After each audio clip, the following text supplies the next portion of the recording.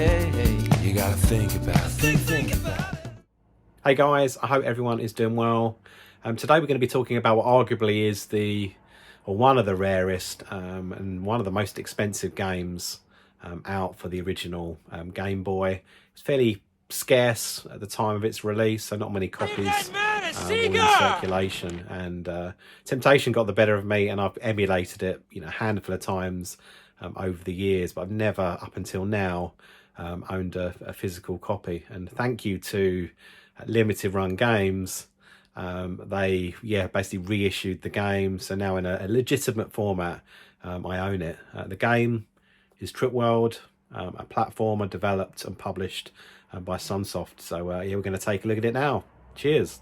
So yes, the year was 1992. This game was developed, published by Sunsoft.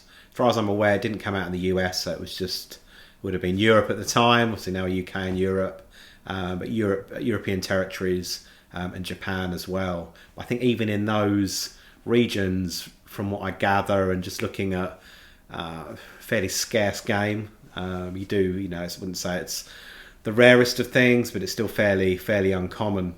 You don't see too many of them. When you do, obviously they command a fair price. But it's a platformer.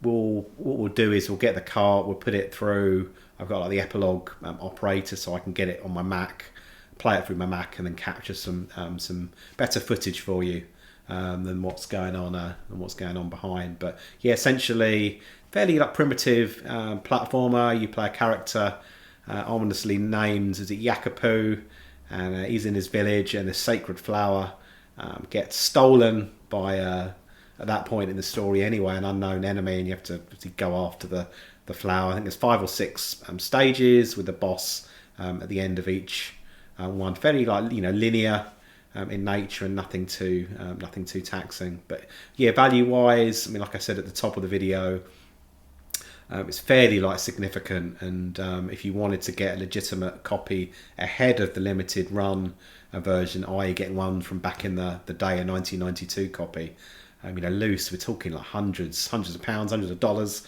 whatever currency you want to play it in. And I would have thought easily over, $1,000, over $1,000, if you want, a box one in reasonable condition. But again, you just don't see quite a few, actually more loose carts, should we say, particularly from Japan, but boxed. I genuinely don't think I've ever come across one on eBay, or certainly not on my travels. So the limited run release was pretty cool thing to happen, and I hope that does a similar thing happens for other more scarce games. It'd be nice to see proper physical and official releases. But that's enough of me gassing. We'll have a look at the gameplay close up.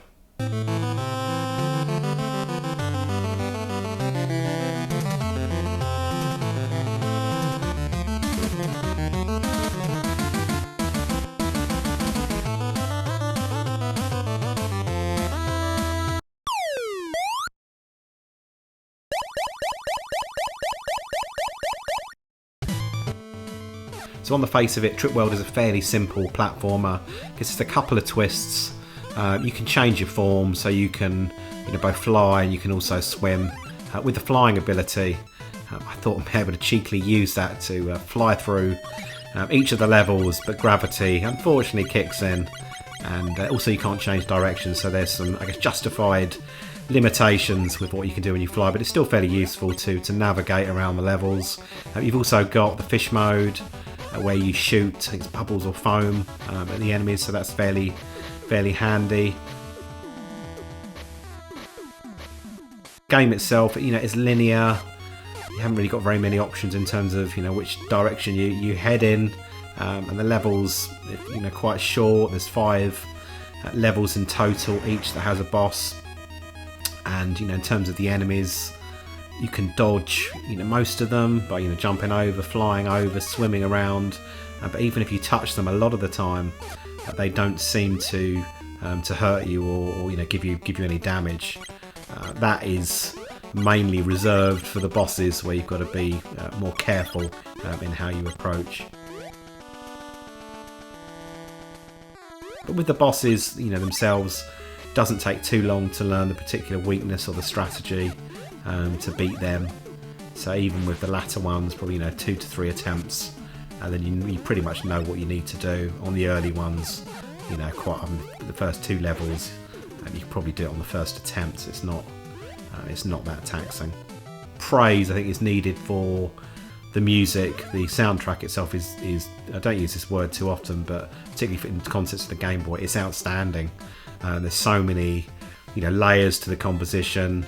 The bass line is absolutely fab, and it feels like genuinely they're using every piece of functionality that the Game Boy sound chip has to offer. So I did a bit of reading up on it, and I'm going to absolutely butcher the name, but the composer, her name is Manimi Matsuma. So anyone that's probably more in the know than me, the name probably does stand out, and I'm just the ignoramus. But she worked at Capcom for a few years and was involved in some big old projects, the original Mega Man, I think US Squadron, Mercs, and there's a handful. Say a handful, there's probably a few dozen other titles in her roster. So it is fabulous. And if I remember, I'll leave a little bit of the music right here, right now.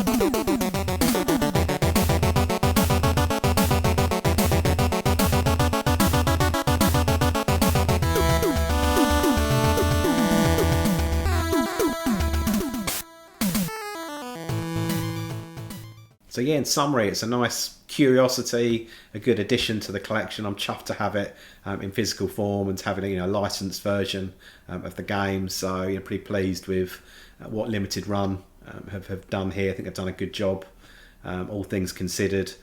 Is it the best game, best platformer on the Game Boy?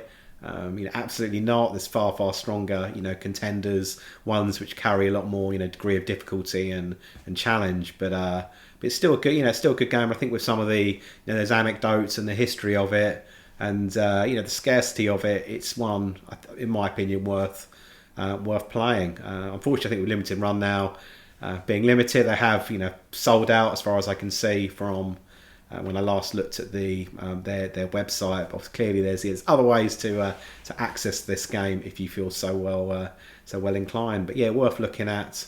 And yeah, maybe in future videos we'll look at some other scarcer games on the Game Boy. And I love you and leave you, and I'll see you on the next one. Cheers.